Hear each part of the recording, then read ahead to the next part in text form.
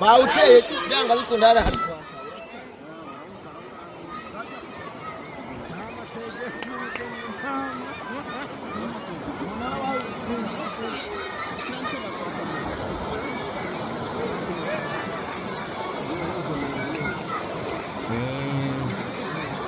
Burashe wa munara bawuhaye nyina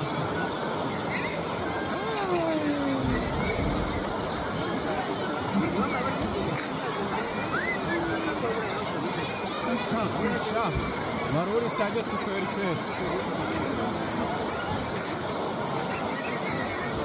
udei itanani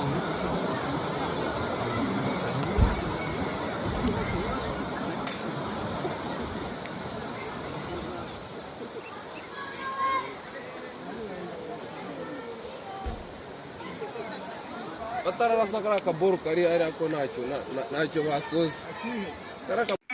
yes nk'uko mukomeje kubona mubibona ku mashusho agiye atandukanye ndetse ari nako abantu bakomeje kugenda bagaragaza ikintu kijyanye n'ubwoba bwinshi cyane ku baturage batuye mu kibaya cya Rusizi muri Bugarama kuri ubu ngubu muri iki gitondo nuko hamaze kuraswa umupaka wa Telecom. Murumva yuko rwose abaturage baturiye muri biriya bice basa naho bakomeje kugenda n'ubundi bahungira mu Rwanda bava mu gihugu cya Repubulika Iharanira Demokarasi ya Kongo. Murumva yuko intambara y'abarwanyi ba M23 ndetse n'ingabo za Repubulika Iharanira Demokarasi ya Kongo ikomeje gusa naho igenda ifata indi ntera nyuma y'uko bikomeje kugenda bigaragara ko Repubulika Iharanira Demokarasi ya Kongo ikomeje kugenda ikorana bya hafi n'imitwe yitwaje intwaro, ndavuga Wazalendo, FDL ndetse n'ingabo z'abarundi. Twese cyane muri twagezeho ayo makuru ku buryo burambuye, gusa icyo musabwa nubwo komeza mugakora subscribe ubundi mukabana natwe gatanu kuri gatanu twihuse.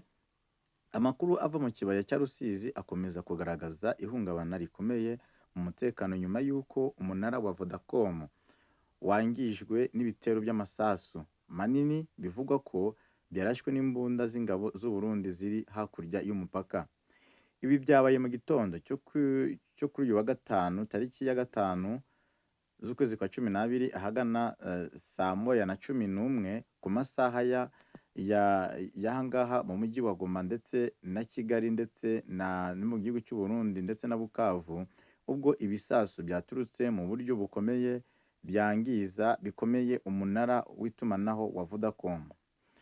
Umutangabuhamya waganiriye n'ikinyamakuru cyacu yemeje ko ibyo bisasu byangijwe umunara byarashwe n'ingabo z'u Burundi zishinze ibibunda bikomeye ku butaka bw'icyo gihugu bikarasa biturutse hakurya y'umupaka. Mu mashusho yakwirakwiye ku mbuga nkoranyambaga no mu baturage hagaragaramo uwo munara utumukamo umwotsi mwinshi uturuka impande zose ugereranyije nuko utumbagira mu kirere, bigaragaza ubukana bw'icyo gitero. Umunara wari mu gace ka Kamanyura hagati ya Ngomo na Kamanyura ahazwi nko kwa Gasumari, ahafatiye runini mu miyoboro y'itumanaho ndetse n'ubucuruzi bw'ako gace. Ku munsi wabanje ku wa 4 tariki ya 4 ibisasu bivuga ko byaturutse ku ngabo z'u Burundi byari byasenye kandi umuyoboro w'amashanyarazi bigatera iturika nibura ry'umuriro mu gice kinini cya Kamanyura. Ibi bikorwa bikomeje guteza impagarara n'ihungabana mu baturage no kwangiza ibikorwa remezo by'ingenzi, mu gihe inzego z'umutekano za AFC M23 zikomeje kugenzura uko ibintu bihagaze no gupima ingaruka zishobora gukurikiraho. Bakunzi bacu, murumva yuko ari ibintu bitari byiza cyane bikomeje kugenda bikorwa n'ingabo z'u Burundi muri iki gitondo. Gusa ko sinarangiza n'ubundi nababwiye ko nyuma y'ibiganiro bikomeje kugenda bisinyirwa muri Leta Zunze za Amerika i Washington hagati ya Perezida Antoine Chilombo ndetse na Perezida Paul Kagame w'u Rwanda, kuri ubu ngubu ikigaragara nuko akanyamuneza ni kose hagati ya Perezida Antoine Chilombo ndetse na Perezida Paul Kagame w'u Rwanda. Bakunze ibiganiro byacu ndabashimiye. icyo musabwa n'ubundi ni ugukomeza kudutera inkunga, mukomeza kugenda mukora subscribe, n'ubundi mbararikiye gukomeza kugenda mukurikirana uko ibiganiro byagenze ndetse n'uko isinwa ry'amasezerano ryagiye rigenda. Ndabashimiye.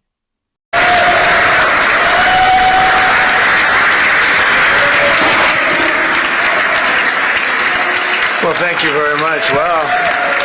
This is a nice building, I have to tell you. So this is a special occasion for a lot of reasons, but number one is it's our first occasion in this building using it for peace. And it's all about peace, and it's a great honor. And Marco, you've done a fantastic job in getting it ready, but it's a spectacular building, and we all appreciate it. And very importantly, we're settling a war that's been going on for decades with millions and millions of people killed. And these two gentlemen spent a lot of time backstage talking to each other, and over at the Oval Office. We were at the Oval Office together. It was beautiful. And I think it's just a very important day. And we have other leaders from other countries, and you said such beautiful things. I'd love to have you come up. We'll finish up, and then I'd love to have you come up, and if you could issue the words that you just issued backstage. It usually doesn't work, you know. It usually never happens. They said, no, they said it much better before, but you will probably do better up here. But I'd love to have you say how you felt, because it is an amazing day. Great day for Africa, great day for the world, and for these two countries, and they have so much to be proud of. And I want to thank the leaders. I want to thank you very much. It means maybe more because we are here together for the first time ever in this building. Brand new, beautiful building. I don't want to tell you how much it costs, because I hear it's a lot. Okay? They don't build inexpensively here. But I just want to thank you very much. So please sit down, everybody. I want to thank everybody for being here. It's a momentous occasion. It's truly incredible setting. It's very few places I've seen like this. In this holy season, we prepare to celebrate the birth of the Prince of Peace. We have come to the U.S. Institute of Peace to sign a historic agreement that will end one of the longest-running conflicts anywhere in the world, with far more than 10 million people killed. Today we commit to stopping decades of violence and bloodshed, and to begin a new era of harmony and cooperation between the Democratic Republic of the Congo and Rwanda. I want to thank the two courageous leaders. They are courageous leaders. They really are courageous leaders, great people. President Tshisekedi of the Democratic Republic of the Congo and President Kagame of Rwanda. They are amazing people, and they had stories to tell me that were incredible. Really fascinating in so many different ways. Sad and beautiful, both sad and beautiful, and today makes them beautiful. I've just held really fantastic meetings with both men and representatives of other countries, where we discussed the importance of upholding this new agreement. Very detailed, powerful agreement. I also want to thank several foreign guests and dignitaries in attendance to celebrate this magnificent event, including the President of Angola. Please, would you stand? And so great to see you. Thank you. The President of Burundi. Thank you very much. Great to see you again. The President of Kenya. We have the Olympics here. You know, they do very well in the Olympics, those runners. I don't know what the heck you do with those runners, but they are very good. I've been watching them for a long time. So we have the Olympics coming to the United States. You know that. Thank you very much. And you'll come as our guest. Thank you. And the President of the Council of Ministers of Togo. Thank you. Thank you very much. The Vice President of Uganda. Thank you. It's such a beautiful color. Like all these guys are wearing these dark suits. You just stand out for a lot of reasons. You're beautiful. The foreign ministers of Qatar, Thank you. Thank you very much. Say hello to my friend, a great man, and the United Arab Emirates. Thank you. Thank you. My regards, right? And the chairman of the African Union Commission, who's done a fantastic job, and thank you for all your help. We appreciate all your help. A special group of people. A very special thanks as well to Secretary of State Marco Rubio. Marco, please stand. Thank you. And thank you for putting a certain name on that building. I said, boy, that is beautiful. That blew up last night. They said, that's a great honor. It really is. On this building, it's a great honor. Thank you very much. I assume you had a lot to do with that. Just a little bit. Yeah. Thank you. Appreciate it. And Senior Advisor for Africa, Masad Boulos, who's been fantastic. Thank you, Masad. All of these people, every one of them were indispensable in forging this agreement. Let me also recognize Senators Mike Rounds and Lindsey Graham. Lindsey, thank you. Mike, wherever you may be. Thank you. Thank you, Mike. Representatives Ronnie Jackson. Where's Ronnie? Ronnie is that great guy. He won his race in Texas by 48 points, right, Ronnie? So I don't have to ask if he's in any... I don't even have to endorse him anymore. It doesn't matter. Save the paper, right? Great job. Chris Smith. Chris? Thank you, Chris. Great. Good job. Trent Kelly. Trent? Thank you very much. Thank you. And the acting president of the Institute for Peace, Darren Beatty. Thank you, Darren, very much. Thank you very much, Darren. For more than 30 years, one of the worst conflicts on earth has been raging in eastern Congo. Millions and millions of people have been tragically killed, went on forever, and countless more have been displaced from their homes. Families have been destroyed. It's been a disaster. Many administrations have tried, but probably not too hard, knowing who preceded me. But they tried. It says they've tried, but we tried harder to end this conflict. But they've accomplished, obviously, they accomplished very little because the killing went on at levels that just got worse and worse. And today we're succeeding where so many others have failed, and this has become the 8th war that we've ended in less than 1 year. Such an exciting thing to do. This has been really, because we're talking about 30 years of fighting, 30 years, much more than 10 million lives.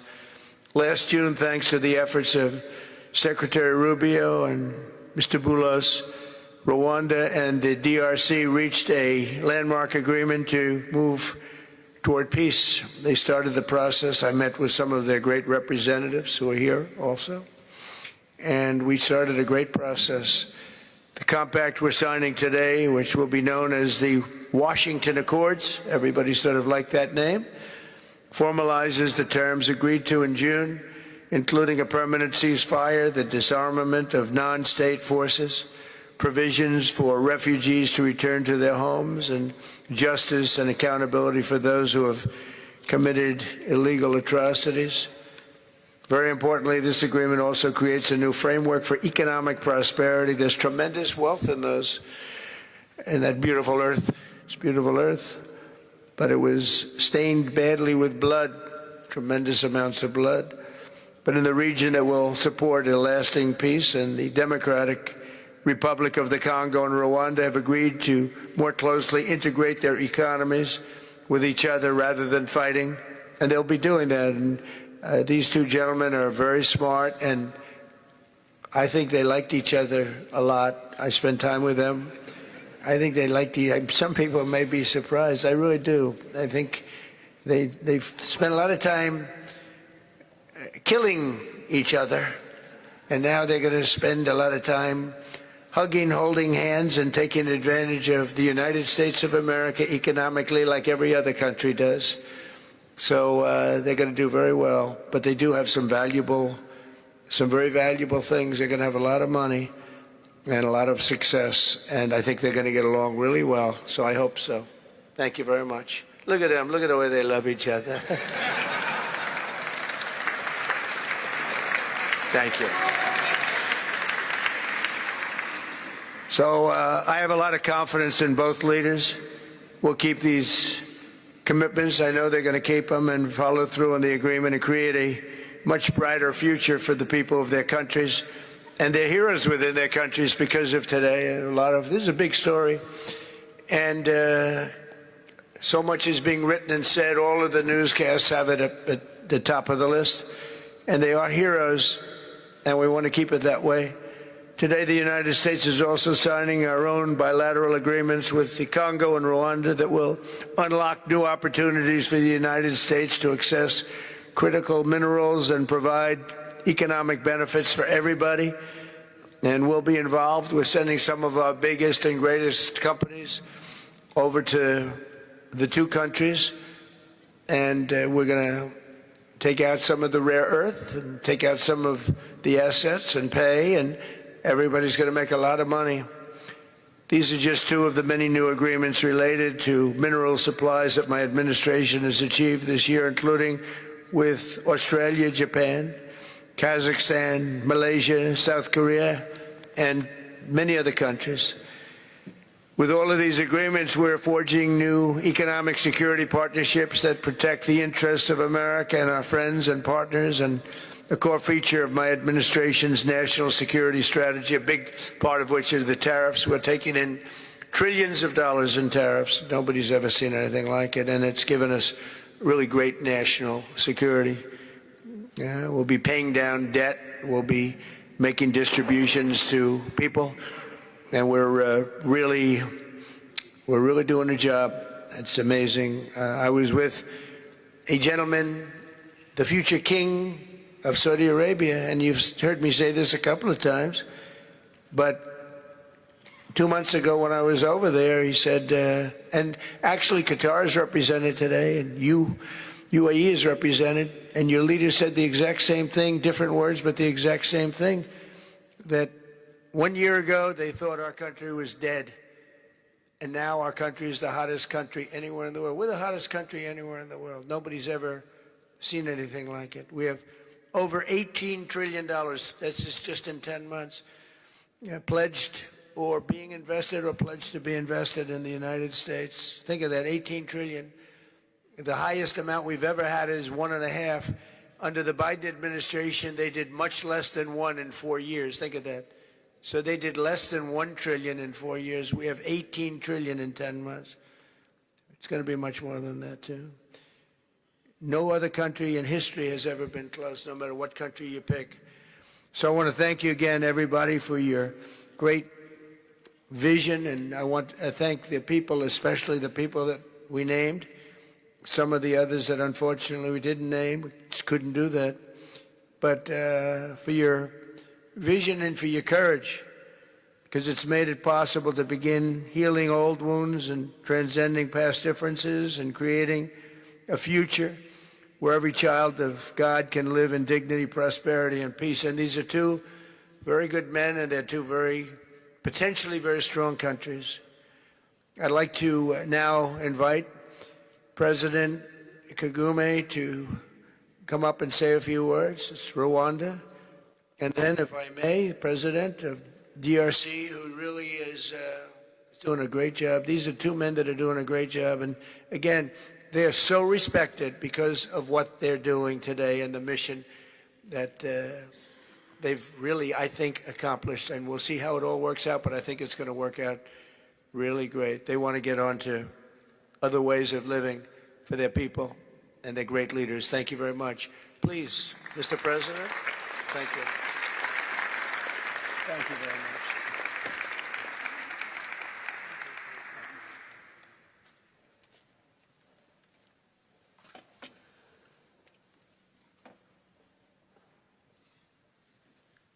Excellency Donald Trump, President of the United States of America, Excellencies, heads of state and government and former heads of state, distinguished ladies and gentlemen, I want to begin with some words of thanks. First, to my fellow heads of state and government from Africa, Your presence here confirms that these efforts enjoy the broad support necessary to succeed. I also thank Minister of State Kulaifi, representing His Highness Sheikh Tamim bin Hamad of Qatar. The role of Qatar has been absolutely central in getting us to this point. But of course, the biggest vote of thanks goes to President Donald Trump. No one was asking President Trump to take up this task. Our region is far from the headlines. But when the President saw the opportunity to contribute to peace, he immediately took it. This conflict has lasted for 30 years. We have seen countless mediations and efforts, but none has succeeded in resolving the underlying issues. President Trump introduced a new and effective dynamism that created the space for breakthroughs. His approach is even-handed, never taking sides. He orients us toward the future, not the past, emphasizing that the dividend of peace is prosperity and investment, including from the United States. More importantly, President Trump's approach is pragmatic. The process has not become an end in itself.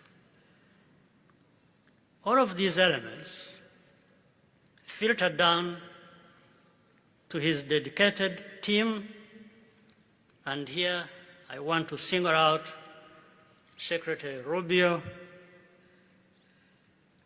and Masad Boulos for special appreciation. We would not be here today without their efforts. And as a result, we have the clearest and most viable path forward that we have ever had. These accords provide everything needed to end this conflict once and for all. If this agreement falters and things do not work out as they are supposed to, the responsibility will not lie with President Trump, but with ourselves. It's up to us in Africa, working with our partners to consolidate and expand this peace.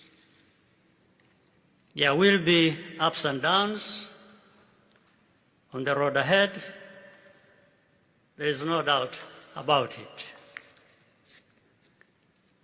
Rwanda, I know, will not be found wanting. I can assure you of that. Our only objective is and has always been for our country to be safe and secure after having endured so much tragedy. We now only want to look forward in confident expectation of a prosperous and stable future. Mr. President, Excellencies, I thank you for your kind attention.